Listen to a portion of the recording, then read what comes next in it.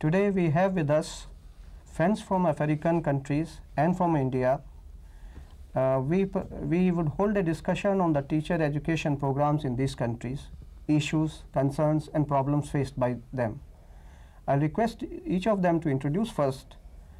The friends are from the Ghana, Tanzania, Nigeria, Zambia and India. I am Michael Kenneth Nsowa. I represent Ghana and I'm a Deputy Director, Teacher Education at the Ministry of Education in Ghana.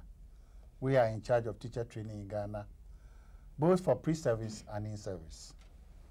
I am Grace Mnyani, Principal of the Teachers College in Tanzania. Professor Addison Makwokocha, Provost, Federal College of Education Technical, Omok, Rivers State, Nigeria.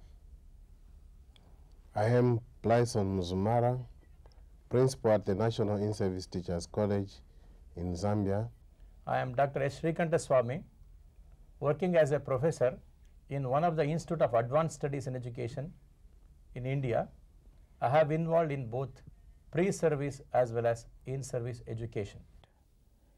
Moreover, revolution in information and communication technologies have placed new demands for knowledge and skills on individuals and on teachers. Teacher profile therefore cannot remain the same. The teacher have to be a multifaceted personality to undertake the various tasks. The teacher programs in different countries face several issues, concerns and problems, and we would like to know from our African friends and friends from India about them. A number of issues face teacher training in Ghana, but I will concentrate on three of these. The first one is how to get adequate numbers of trained teachers in every classroom in the country. Now, the second issue is to produce an effective teacher who has a higher qualification than we have now. And the third one is how do we overcome the two previous factors using a delivery system that will make us overcome these factors. So these are the three main considerations that are guiding our teacher training in Ghana. We have tried to solve this in many ways. Now we have a new system in place which sort of ensures that before anybody is trained, he has to enter into a contract with a district, because there are many districts where conditions are harsh and therefore people don't want to. And therefore, where in areas, especially in the cities, where they have overpopulation of teachers, then they will not sponsor teachers, sponsor candidates, and at the end of the course, we are encouraging the districts to make these sponsored candidates feel that they are wanted. Now, in order to get adequate numbers, we need to expand, or we need to adopt systems that will reach more people. And we are now in the area of using distance education mode. We have 2 teaching universities, and we are working very hard with these 2 universities in order to produce materials that will be used to, especially with targeting those untrained teachers, because they are going to be in the system for some time to come. We cannot throw them away, and it's only fair that we actually upgrade their skills and qualifications so that eventually they will also become part of the army of teachers that we require in order to move the country forward. Thank you. Grace, would you also let us know what is happening in Tanzania? Thank you very much. I think the issues are more or like the same, even in our country. Maybe I'll cite different issues. Maybe I may add the issue of transport in our country. Some of the colleges, they like transport. So this is the problem we have. And also, I may add, maybe in case of staff houses, classes, laboratories, etc. So this problem, we have it there. And another issue which we are facing is in the case of teachers who got, we call in our country grade B or C grade. So those teachers are to be upgraded. Now, that is an issue in our country. And how to solve those problems? For the time being, in case of lack of houses, etc., every institution is encouraged to reconstruct buildings using their self projects, and of course the government is to assist them in case of roofing and all the finishing. And of course we are trying also to build classes, laboratories. In case of teachers who got that low grade or grade B or C, they have prepared models which from the next month or we will start to teach. So that will be in service, in case of in service. And of course, this distance education, we have it in our country, it has started. And of course, we are thinking, because when we came here, we were introduced to this IGNO, etc. And also, we are trying to use the existing teachers more effectively so that we can solve the problem of lack of teachers. Professor Wokocha, would you like to say about the things that are happening in Nigeria and what are the problems and how you are trying to overcome them? The issue of teacher production in Nigeria is a bit different from that of Ghana. And nobody signs contract with anybody to go into teacher training school. We have 48 universities in the country, out of which 27 offer degrees in education. In addition, we also have 63 colleges of education. But the problem we are facing in the teacher education system in Nigeria now is the issue of technology-driven education. With the world tending towards a global village, any country that is not engaged in technology-driven education will be left behind. And against this background, the federal government has directed that computer education be made compulsory in all the colleges of 63 colleges of education in the country, and has directed that the Education Tax Fund should fund the project. That has been done. The computers have been produced, but the basic problem now is the teachers of technology education to teach the new entrants into the system. But even within the colleges of education, we don't have enough staff to handle the students. So that is the basic problem facing us right now. Our friends from Ghana, Nigeria, Tanzania have reflected on the multifarious issues in the teacher education. Even though these are country specific, they cut across boundaries. Now I would like our friend from Zambia to elaborate on these issues and the measures they are taking to deal with them. Well, I'd like to mention that in Zambia we have introduced the universal basic education from grade 1 to 9, from the odd one which we had grade 1 to 7 as primary section. And with that in mind, it means that we are faced with the limitation of staff in schools, especially in rural schools. And we also have inadequate infrastructure and limited funding. Now, there's also these changes in the national curriculum. These are the concerns we have and challenges we have in the country. And therefore, with this, to respond to this, the teacher education introduced a 2-year pre-service primary course or basic education course, which is split into 2. So first year is in college and the second year is out of the college doing school practice. With that, it was hoped that enrollment would increase so that we can have double the number of teachers who are producing per year. And in addition to that, in-service education for the old teachers who were trained to teach from grade 1 to 7 are now being trained to teach grade 8 and 9.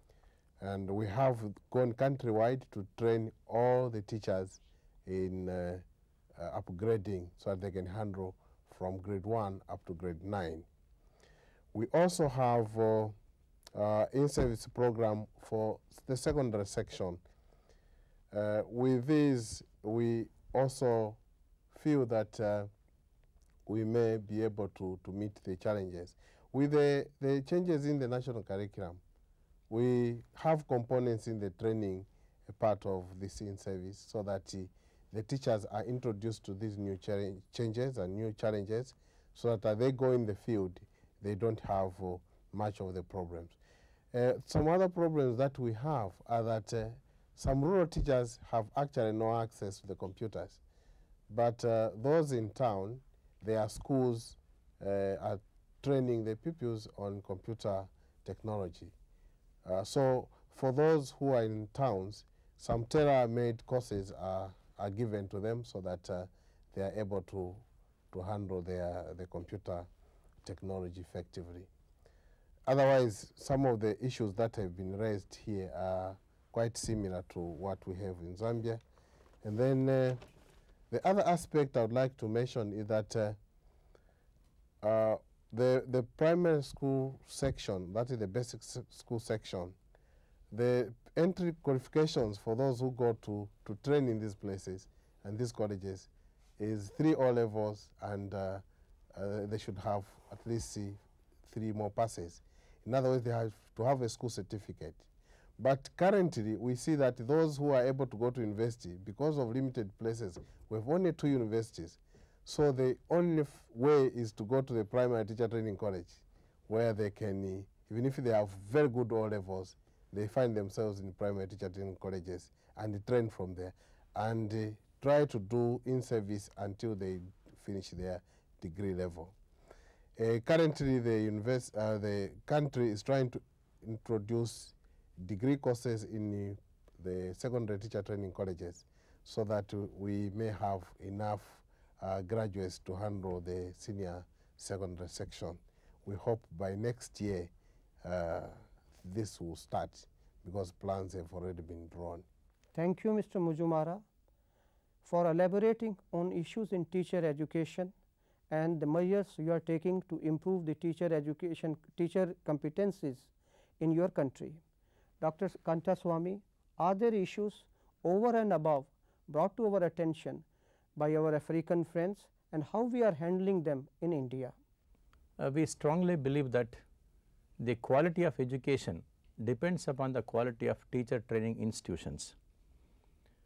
We have got 3 levels of teacher training institutions, one which are catering to the needs of training the teachers at the nursery level, the other one to train the teachers at the elementary level, and one at the secondary level. But there are many important issues related to this teacher education nowadays. One is with respect to the duration. What should be the duration of teacher education at the elementary level? In some states they have got the duration as 1 year. In most of the states we have got 2 years of elementary education in the name of DED. Then the other one is with respect to secondary education.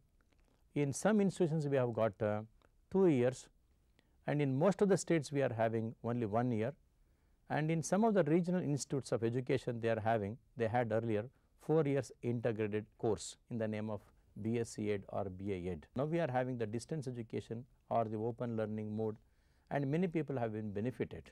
The quality of teacher education, as I mentioned, it influences the quality of teaching that is going on in the school. Earlier, teacher was supposed to do a limited task if he is a science teacher to go and teach only the science subject. From 1986 onwards, we come across lot of paradigm shift, and we expect the teacher to play multiple role in the classroom, and we expect the teacher to be the custodian of values and to make the children to be oriented with the values, or maybe we are expecting the teacher to act like a counselor. Like that, we expect the teachers to play multiple role. But an important issue here is many teachers are not trained, but we are very happy that our central government has taken a lot of measures in order to encourage the in-service programs. In this direction, I am happy to mention for the benefit of our friends that some of the teacher training institutions have been upgraded, like in the name of diets, in the name of CTEs, and also in the name of IASs, so that they can pay greater attention to improve the quality of teacher education. But even now, there are some states wherein untrained teachers are there. In fact, they have been appointed. It may look little funny for our friends, but the scarcity is there. Therefore, they have been taken, appointed, and later on they have been sent for training and also for in-service programs. With respect to the changing scenario, as you have mentioned very lately about the concept of globalization, and the teachers have to play a very important role. Integrating technology is one thing, and making every student to be aware of the environmental hazards and how best they are expected to protect their own environment. Like that, these are some of the issues. Keeping the globalization concept, even the concept of sustainable development, we are training the teachers in order to have this knowledge so that they can prepare the children for future. The presentation by African and Indian teacher educators have brought up large number of issues and concerns. These we find are related to providing access to all teachers to an education relevant to the task they shall be required to perform. There are problems relating to creation of infrastructure facilities, so that technology related education can be provided to all of them. This could require upgradation of their skills and competencies. Distance education has been mentioned as one of the approaches to extend teacher education programs. Other problems mentioned relate to teacher education curricula, which have remained more or less static. Do we require changes in curricula of pre-service and in-service teacher education programs, so that teachers can professionally be equipped to deal with them? We should like to have your opinion on these issues, keeping your own country context in view. We could once again start with the friend from Ghana. Ghana is a small country with a population of about 18 million. With 38 colleges. There are so many factors that account for shortages. The first, of course, is in our country people don't want to teach because conditions, service conditions are not attractive, and the few that we have trained are also being attracted to what we call greener pastures. So we have a problem. But yes, still, we need to train teachers because the children of the country needs education. So we have put in place so many measures. Like our friend here said, we need to look at the kind of training that will meet our needs. For instance, we are trying to come out with what is really basic education, because this should inform the kind of training that you give to the teacher that will go and operate at the basic level. You cannot train the teachers for training's sake, or you cannot look at qualifications. You need to look at what will go into the training, and this is where the issue of curriculum comes in. Because if the training is not relevant, then the teachers will be trained, and when they go in, they cannot operate. by September, we are coming out with a new training or a new curriculum for the training of teachers. Because if what is basic does not include everything, and I'd like to expand here, where we need to decide, even though we say that, you know, all the subjects are important, can we ask ourselves, do we have to put all this knowledge on the timetable? We don't need all the knowledge. This knowledge cannot be learned only in the classroom. Let me take the issue which is very sensitive in my country, religion. Do we say that people become morally right because they've been taught, you know, every day some of these attributes of religion? Some of these things, you know, people go to church, people go to whichever religions they, and we think they learn more and also observe more in this area than sitting people down in the classroom and tell them this is what you have to do, the do's and don'ts of life. So as part of the overall curriculum, certain things should not necessarily appear on the timetable as the classroom. After all, curriculum is all the things that happen both inside and outside the classroom.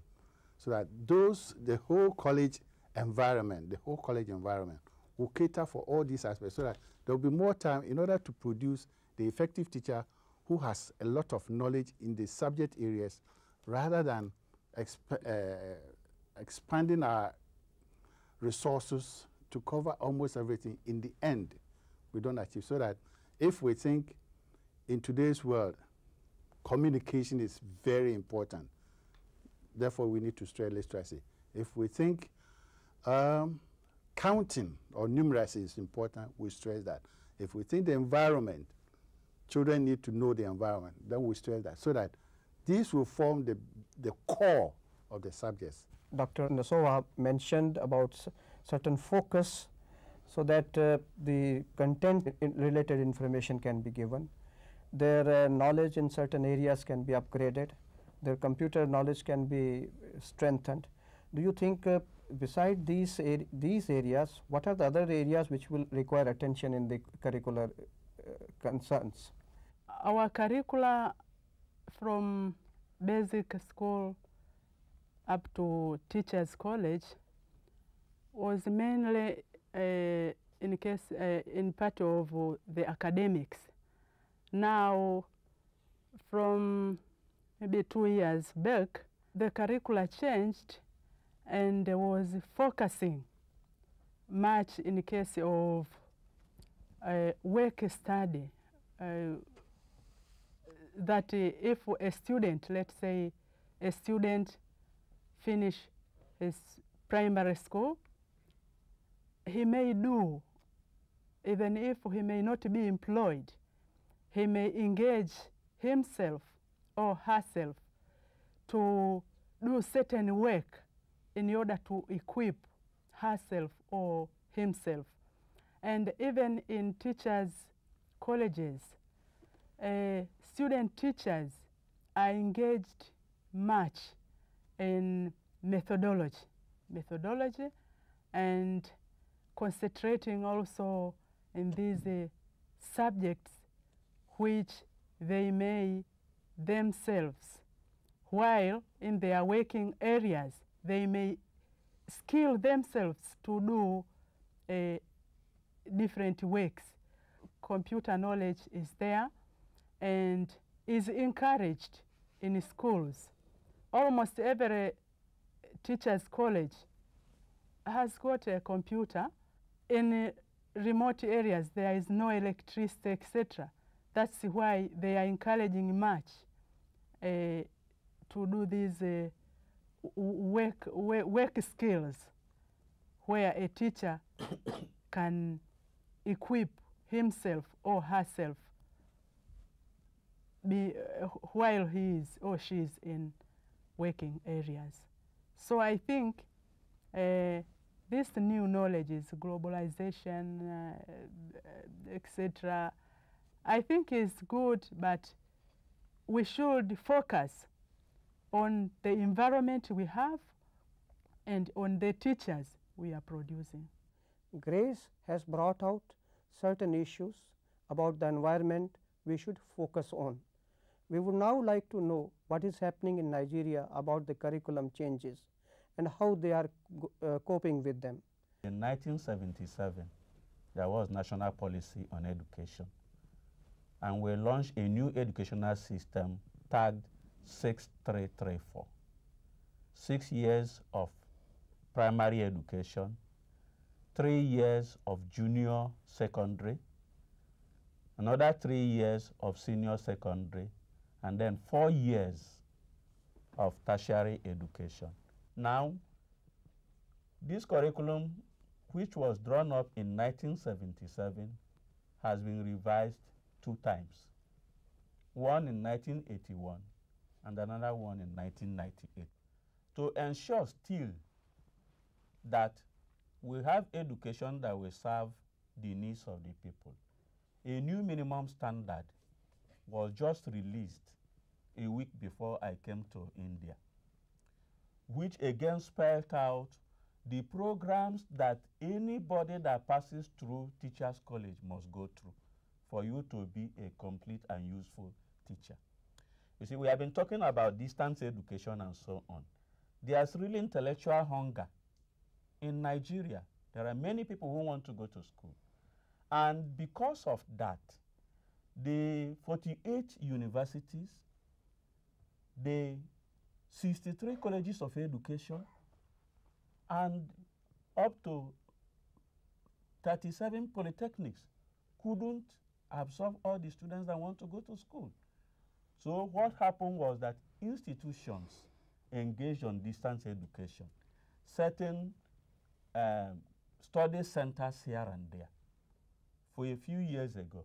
But the federal government said no. In as much as we want educated citizenry, we don't want half-baked products.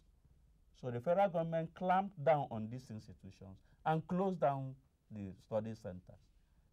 So the curriculum is constantly being reorganized to meet the societal needs in Nigeria and also to meet international standards. Professor Wakocha has just told us about the teacher education programs in Nigeria and how they are trying to adopt and maintain international standards in that country. Now I would turn to Mr. Mujumara to let us know what is happening in this regard in Zambia. We have an acute problem in the country in that teachers tend to go to the south, that is South Africa, and Namibia, Botswana, and Swaziland, where they go for greener pastures. They offer very good conditions there. So each year we have a problem of retraining teachers or training teachers to at least offset that problem that has been created, the vacuum that has been left behind by the teachers who resign to go to the south to teach for better pay for the work they do. That is a very, very big challenge. In addition to that, of course, we have teachers dying. Those have to be replaced and ensure that we maintain some kind of a balance in the system. So it is a very, very big challenge for the country, and that's why we have those attempts to open new colleges and upgrade the existing colleges so that they can offer degrees. Dr. Shrikanta Swami, Yes. there are changes taking place in the curriculum of teacher programs in India also, and I am sure all of us would like to know what is happening there and how we are trying to meet these challenges. Friends have mentioned, even in India also from 1986 onwards, the main focus of the policy is to overhaul the system of education at all levels in India. And they have kept 10 important core elements so that any kind of curricular change that is going to be taking place, it should be based upon these 10 core elements. To mention one or two, like the environmental protection, we want the children to have a nice concept regarding how they have to protect the environment. One more is to develop scientific temper among the students, and one more is with respect to gender equity. Like that, keeping the 10 important core elements, the direction has been given so that each state can think of revising their curriculum keeping these 10 core elements. And even when they were talking about the bringing changes in the system of education, they felt that there is a need to bring changes in the Teachers Training Institute, and even they have to upgrade their own syllabus. Like that 86 onwards we see drastic changes in terms of curricular change at all levels of education. In the policy they have highlighted the concept of learning to learn, or making the child to develop the ability to learn. That is a very interesting concept. Like that there is some kind of shift from the traditional way of teaching towards the scientific way of teaching, in which the children should be made to develop the competencies, the abilities, the skills which are very much essential in order to lead their life in future. That is why education should be linked with life education. Learner is very important, and if the learner is interested, anything can be taught. I think keeping this, we have come across many pedagogical aspects wherein the problem solving skills to be developed among the children, critical thinking skills should be developed among the children, and we want the children to develop the scientific attitude. And India is a country where the population is developing very fast.